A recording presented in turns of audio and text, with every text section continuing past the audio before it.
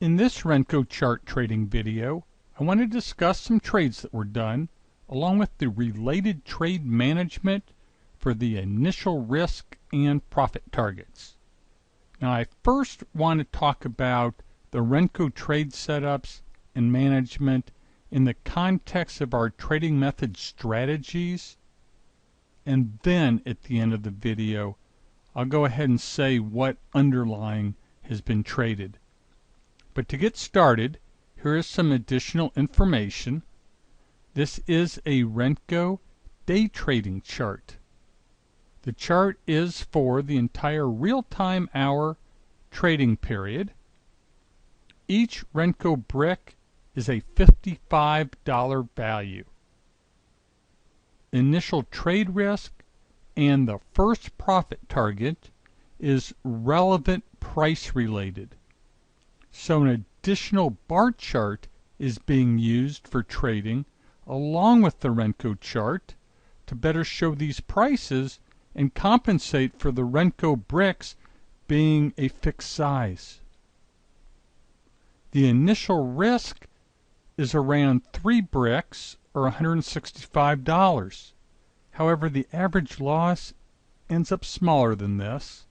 And this is a function of the momentum in the trade setups and the way price moves away from the entry, even the times it doesn't go as far as the profit target.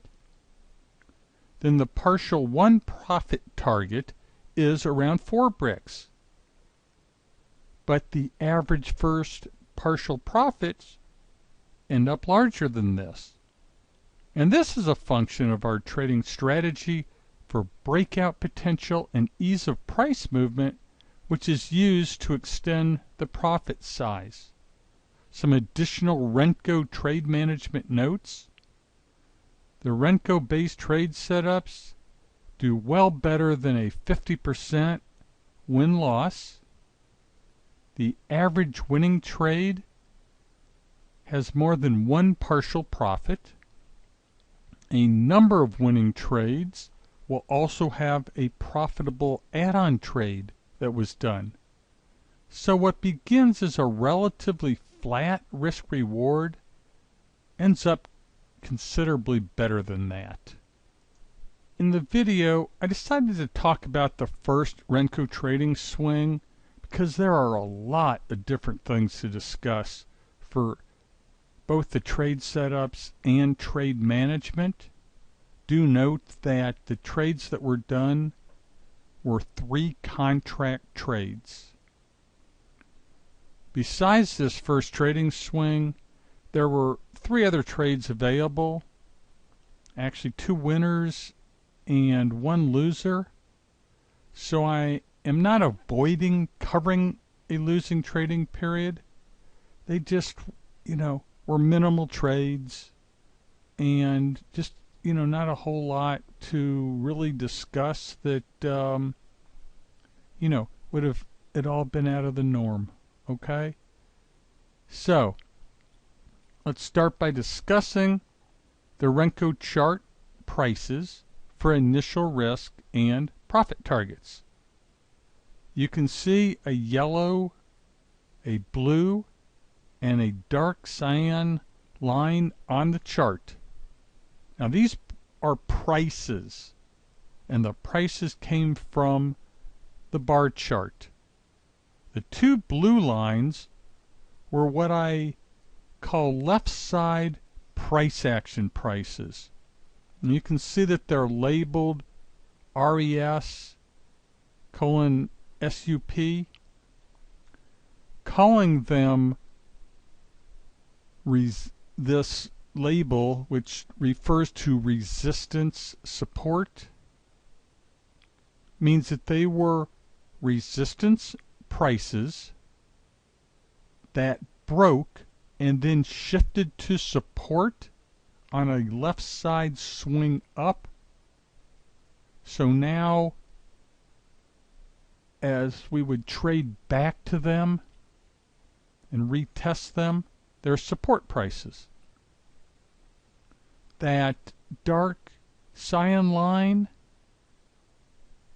You can see it's labeled ETH, which stands for Extended Trading Hours, SUP support. That was a price, again on the left side of this chart, that was inside of the blue chart prices. Its relevance was from being a double bottom that then led into a breakout that traded to the high price you can see on the chart. This price is also the first profit target underneath the blue line. The yellow line, now that's a price right above what was a lower high on the bar chart that synced with the chart reversing into sell. So this price is the initial risk for the trade. We don't want to use the actual lower high price, and we certainly don't want to use the high of those, lower high bricks into the trade. Those are just too likely to be hit on a retest, which would stop out the trade before it ever got a chance to get going. It's just, too tight to do that. So let's now talk about this Renko chart and the trades and the management. You're looking at a new chart marked for that first swing. Yellow dot 1. This is a sell into the breakout of the blue line. Now I entered here, which is, mid-brick, because of the Renko brick patterns that were part of the trade, giving an indication that there would, at least be follow-through and break the blue line, which, would end up triggering the trade, but at a worse entry price. So the pattern I'm referring to, you can see the two green bricks double high with MEX flow down. And what do I mean by MEX flow down? Look at the bottom of the chart in that section between the two yellow lines where I've written MEX flow. So the blue and purple lines are our momentum indicator. And what I mean by flow is, since we're moving down, we want the purple line to remain on top of the blue line. And we also want it to stay like that on any retraces. So that was significant when those two green bricks made that double high into a sell. MEX continued to flow down. Additionally, the entry through the blue line is also into the two purple squares, which is a triple bottom breakout. So this is an example of what I meant by the trading strategies momentum tending to move price after the trade entry. And what ends up giving a losing trade, usually less of a loss than, what was initially accepted. So, trades taken at the yellow dot. The first partial target, again, is the next support line, and the profit was taken at the first blue square on the break of the target price. The profit is 5 bricks. Now, just because that's a target, it doesn't mean that when you enter your trade that you need to immediately establish a limit for your profit there. I'm reading MEX, got the good flow. It's above the extreme line. I want to give it a chance to break and see if I can make some additional money. Yellow circle 1. Now this is actually a very good add-on setup. We get that red, green, red brick pattern with the green brick rejecting both the blue line now as resistance and the price envelope midline. Again, you can see it's with MEX flow, which is a trade setup component, but I just didn't like the location of that next price line as potential support, which isn't far enough to be a profit target. Mentioned that typical profit targets around 4 bricks, and so if you filled that mid brick and it actually hit the line and wouldn't break it, it's only 1.5 bricks. So I didn't like that, and I didn't do the trade. An example of our trading method where we may have a terrific trade setup, but then if it isn't red as having a profit component, I don't want to take the trade. Yellow dot 2. Now this was done as an add-on after its support price break, and then you can see how it shifted to resistance along with another midline reject, still with MEX flow. And then there is room to the next blue line for a profit. So where was the initial risk for this trade? It would be this yellow line,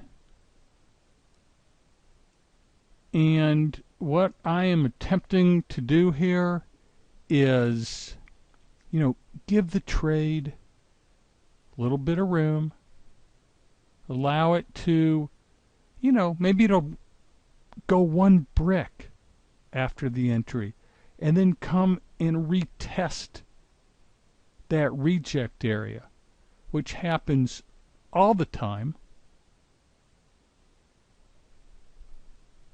And I don't want to be stopped out on a test. So if I enter in the middle of the brick, that's a half a brick, then you can see that green would be another one, a full red, and then another half. So there's like 3 bricks of initial risk for this trade. Again, the bottom blue line was the target. I let the line, it hit. Let it break. Anytime you can extend a partial. And, what is my experience? That the line will break and I'll get a little bit bigger partial. then it'll, you know, hit and reject, and I got to take a little bit smaller profit. Net on all the trades, this has been a better, you know, way of getting a profit.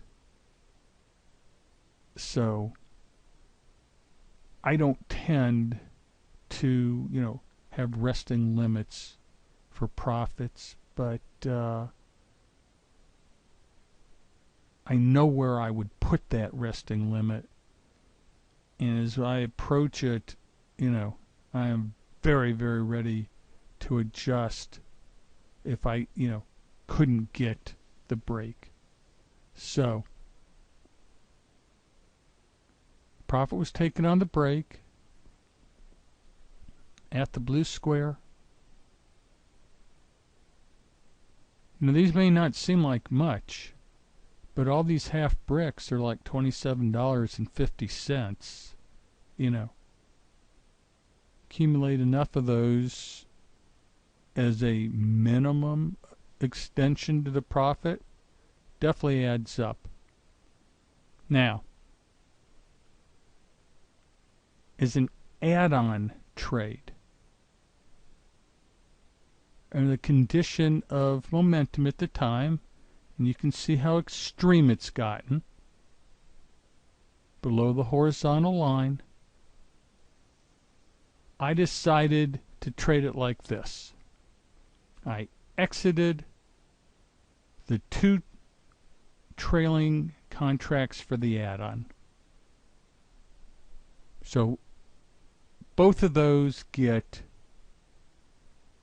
5 bricks of profit each,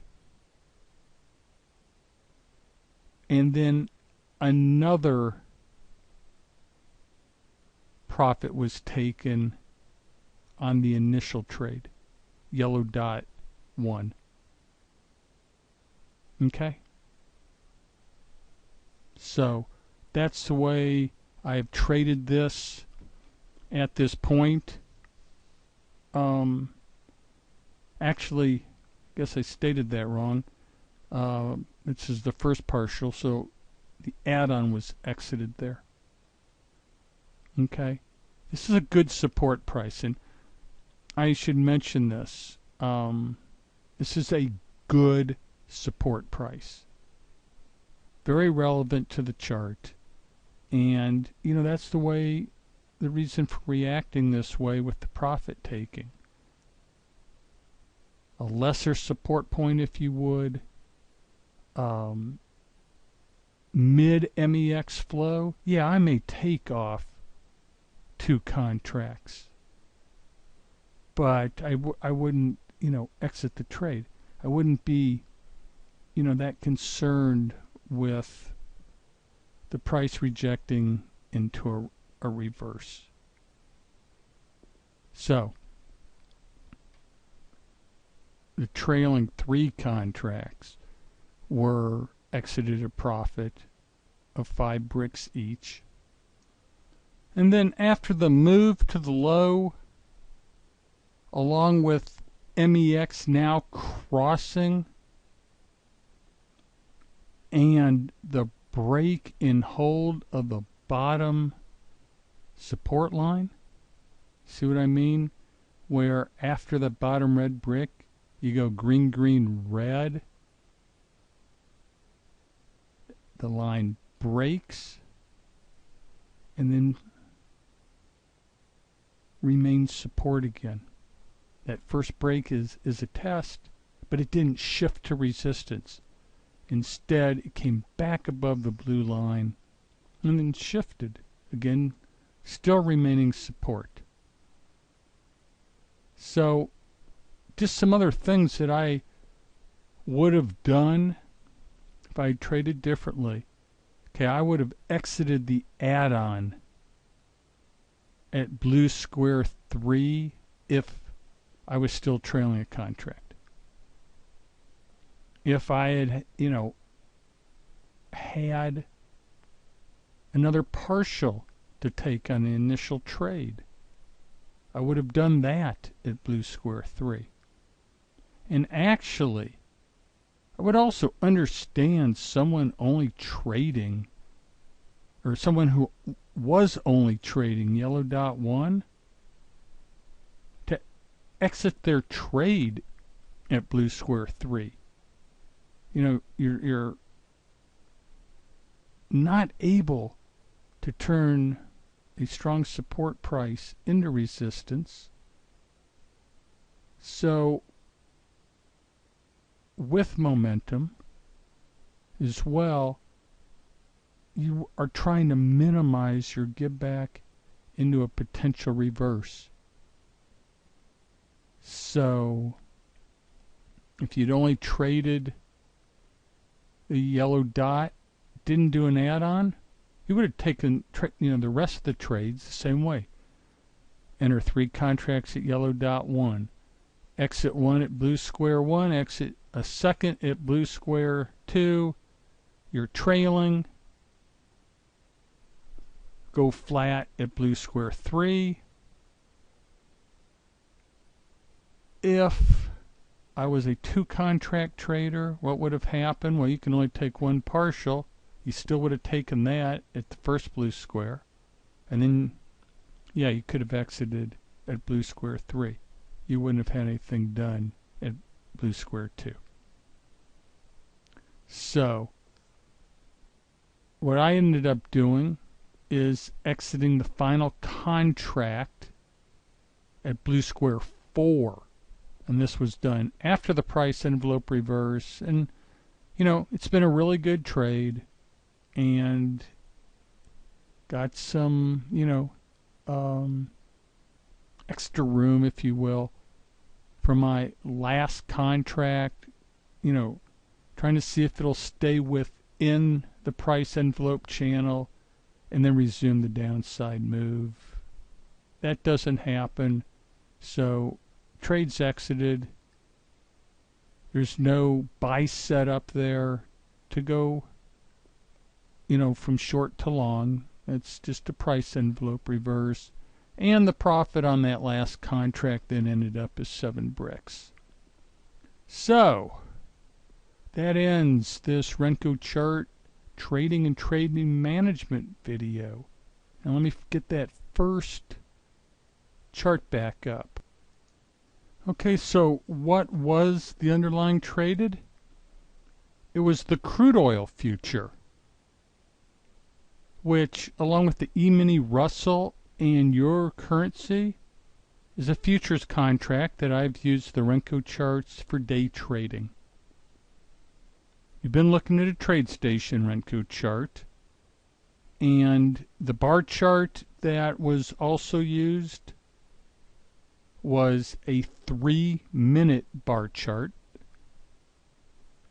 When I say 3-minute bar chart sync, I'm saying that this trading period, when looking at a bar chart, has essentially the same span and the same swings as this 3-minute chart. The Renko brick size that was used was 0.055, which you can see how that is a $55 brick. And then the price envelope parameter was 0.1.